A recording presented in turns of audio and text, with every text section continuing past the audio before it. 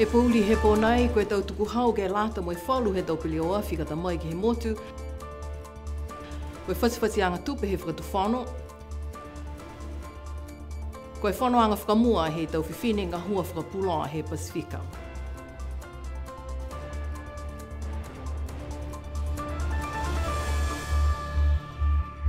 Whakaalawhula hi atu kua koe sta pāwihi, ha nei he tau tōle tō walatala tu tupu ke lata e mo i pōnei. Whakamua, kua whakailoa ai he whahinga hua mālolo sino, ke he whahitapu e kua mole. Kua whakaosi e tau hata ki anga ke lata mo ngangao influenza. Kua kisia ki ai, kua whai mga aho he nā kai whai tangata ko moa ki he ngangao. Tari mai he au ufulma whai mahina masi ke hau hiwa mahina me. Toko hiwa mfulma fitu tangata ni moa he ngangao, toko hong fulma hiwa ne tātu ke liwi ki anga he whai ngangao. Kua whakailoa ai he whahinga hau malolo sino ke au hong fulma fitu e mahina neha uni, kua whakaosi e tau hata ki anga ke ngangao nei. Kai tū mau ke lewe ke tau malolo sino he tau mga hau makalili nei, kua hoko tau tūru ki ai. Ke he whalua tau walatala, pese e tose e puke tangata he motu nei, kai longa atu whoki e tau numela he tau pili oafi ne whai tamai ki he motu. Tahe seo hivang fulma whae e tau motokapu e tau pili oafi ne tamai ki niwe he tau e kua moli. Tali mai he mahina Ianuari he tau nei, ke hoko mai ki mga ho nei, toko fitung fulma wha e motokapu e pili oafi ko tamai ai ki he motu, pihia e tau numela ko moa ai he eisini ha Matsons ko Frank & Sons ki he motu. Ka pihia foki e taha hata ki anga mai ia he whahing hoa kastamu he motu whakatu whano, ke lata mo e tau pili oafi kua tū e hong fulma lima, po e maolea e hong fulma lima tau he tālanga ai, hanei e tu walatala ia. Ka manako po kia mana kia kai ki ta mai ki he motu e tau pili oafi kua katoa e hong fulma lima tau mo e maolea mai he tau ne tālanga ai, kua lata ia kai ke mai longa e tau mata whakatu whano, mo e tau tuku hau kua whawhasi mo e kua lata ki tutungi ki ai. Ke muitua ke he mata whakatu whano ne kua whakamooli ke ka mata whakangahua he aho taha, he mahina iulai tau uawhi ufuma whā. Ko mena ia koe tau tutungi he tau tuku hau ke lata mo tau pili oafi nei, koe tahe seo pasene he tau he pili oafi, po ke lima e awhetala, koe utani ke he tupe ne lahi. Pe he mai e whakailoanga mai he whakatu whano, koe tau whiwhilianga nei ke langumatai, ke tau whakaholoanga, ke mai longa e tau puipuianga, ke tau mumui tangata, mo e leweki mo i puipui e tagata kai motu. Ko mena ia kua lata ke mātuta ki atu ke he whāhinga hoa kastamu ke he whakamāma e lautulu e tau whakatokanga nei. Mo e mai longa fōki e koe tuanga, mo e whiha e tau tuku hau kua lata ke tutongi, ke aua whakatupe-tupe ke he mga aho ka hoko mai e pe leo afi, mo e nā kai maeki ke moua. Koe tau whakailoanga nei ne moua mai he whāhinga hoa kastamu he hau hongfuru maono he mahina nei hayuni. Kua talia mo e whakamōli ai he whano e ke pule ke he aho lotu e whahitapu e kua mole e whakatu whano whasiwhasianga tupe, ke lata mo e tau tupe whakamole, mo e tau tupe tātānaki, he whakatu whano, ka mata ia he aho taha e mahina iulai ke hoko atu ai, ke aho tōlungu fulu, he mahina iuni he tau ka hau. Kua whakamau ai ke whakamole ono fulma walu po ini taha miliona tāla, mo e tātānaki limu fulma lima po ini ono e miliona tāla e tau tupe maua. Ko mene ia kua ku e tau tupe maua he whakatu whano ke hong fulma ua po ini lima e tāla. Koe lau lahi tau tupe whakamole whakatu whano ke he tau tutongi he tau tangata hua, sipihia ke he tau tupe langumatai. Pe he mai e whakailoanga mai he whakatu whano, mai longa e tuanga ke he tau tupe kua ku, kai pihia e manako he whakatu whano ke whakangahua hua mita ki e tau whakaholoanga ngahua ke lata, mo e tau ngahua whakalaulahi e whakatu whano mai tau a tuhau ano iha. Kua whakakise fōki e taliaanga he ikipule, he tupe lilifu ko Crosley tātui ke he tau pulanga he komisi haka tupe e he whano e ke pule.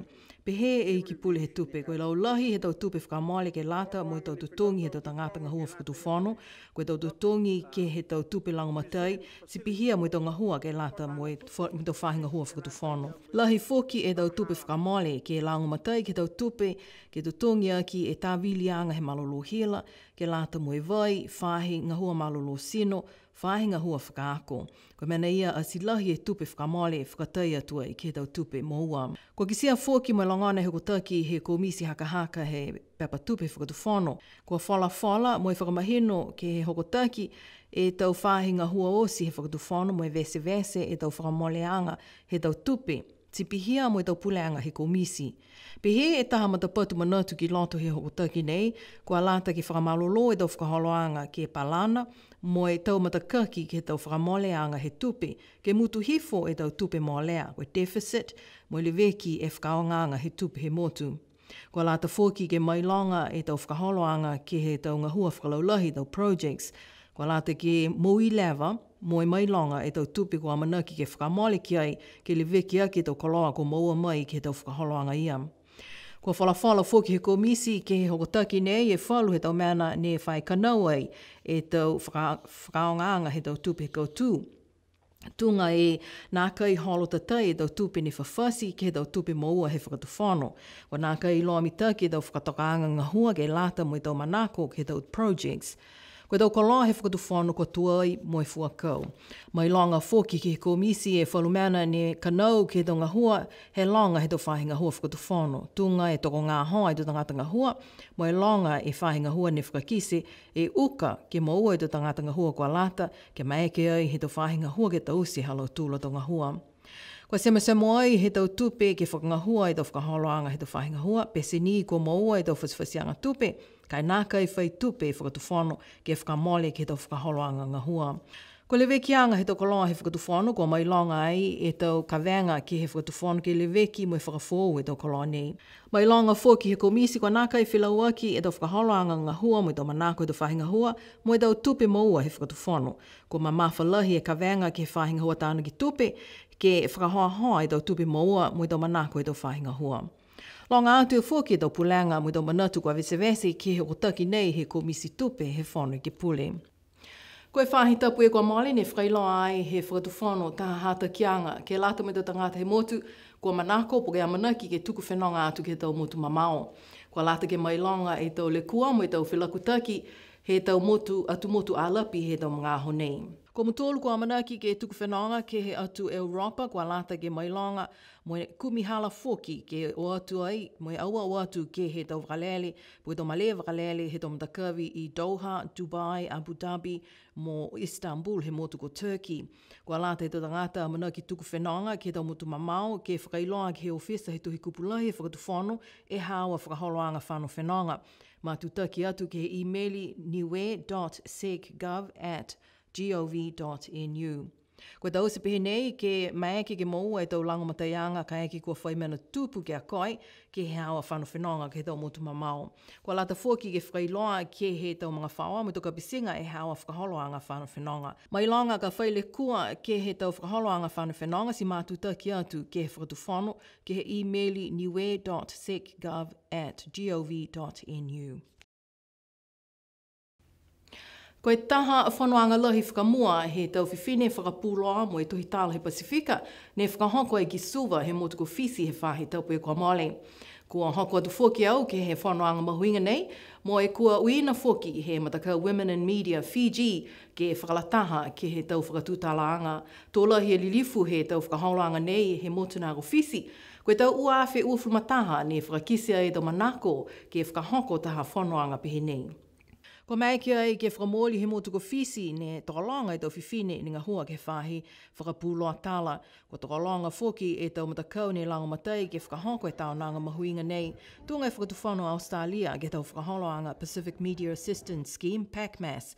Ke tātu whalo tau whiwhine whakapuloa mai he tau motu ko Tonga, Samoa, Vanuatu, atu Solomona, Kiribati mo Niue. Ke kau whakalataha mo tau whiwhine whakapuloa tāla he motu ko Papua New Guinea mo motu ko Fisi. Ue aho ne whakatūtāla ai ke whalo tau mana ne whai masimaskelea ai e tau momui he tau whiwhine ke he tau ngahua nei. Whakakise ai e tau hokotaki koe ua mai he tōlu e whiwhine ni ngahua ke tau whahi whakapuloa mo i tuhi tāla he motu ko Fisi ne whai lauia ke tau eke whakakelea. Lahi fōke mamafa he tau ngahua ke he motu nā ko Fisi kai nā kai lahi e tutungi. Kua whangahua lewa fōke tau whanau whiwhine mua atu ke tau whiwhine fuata. Mo e taha fōke mena ni kisia ke tau momoi mga whaoa he tau whiwhine tuhi tāla po lau tōlu ni ngahua ke tau whahi whakapuloa he motu nā ko Fisi tokalonga i a lau tōlu kua mawehe mo i tau tuko ua. Pihia e whalo tau whakatai he uka he tau momoi he tau whiwhine kua whiwhili ke ngahua ke he tau whahi ngahua whakapuloa. Whakakise foki he tau whiwhine mai he motu ko Papua New Guinea e tau masimaskelea ke tau mumui ka keli mo eke whakelea he tau tangata taania lau tulu ha koe tau ngahua. Pese he mamafa mo ilongona e tau tala kua uka mo tau masimaskelea he whalu he tau whiwhine he atu Pasifika ka kua lahi ki he fia ha kua maeke ke whakamoli e tau manako ke whono au loa.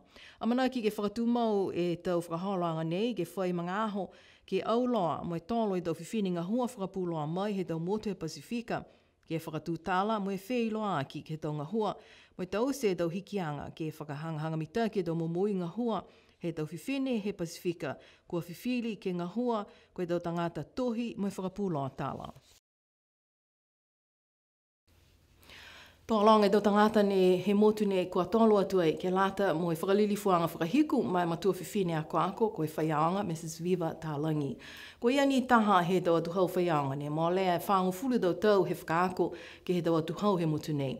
Ko fōleni foki e Matakau Boys mo Girls Brigade, ko lolongo e tau whaiaonga mo tau whanau aonga ki he hana whakalilifuanga. Whitungfulu maua e hana tau mui.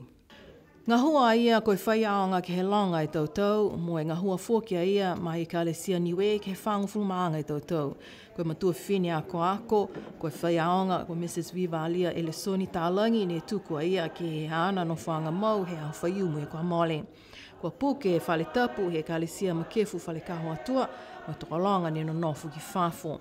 Ko Mrs. Viva Tālangi ne o kioki ke he motu ko Nisilani he whinatu ke ahiahi ke tau mga whaoa.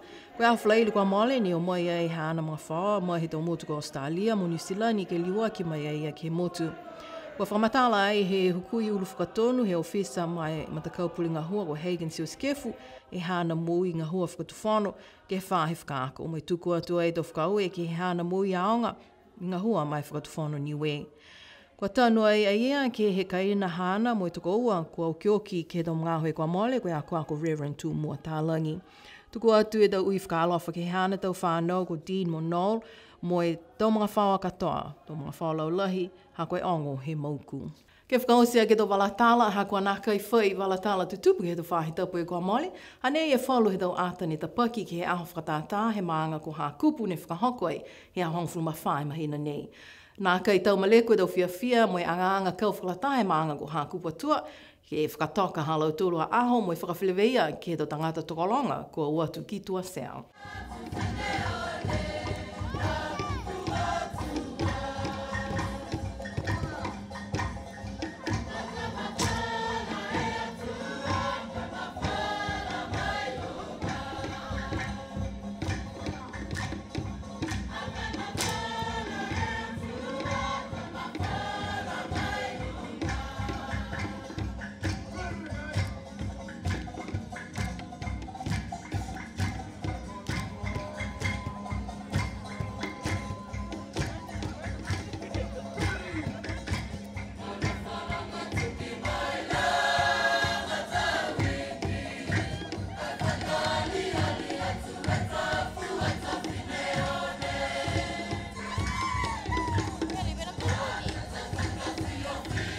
Tō tahai fulufuluala he tau aho whakatātā ia he maanga ko hakupu a manaki atu ke he aho whakatātā he maanga ko alofitonga he mahina ha iulai.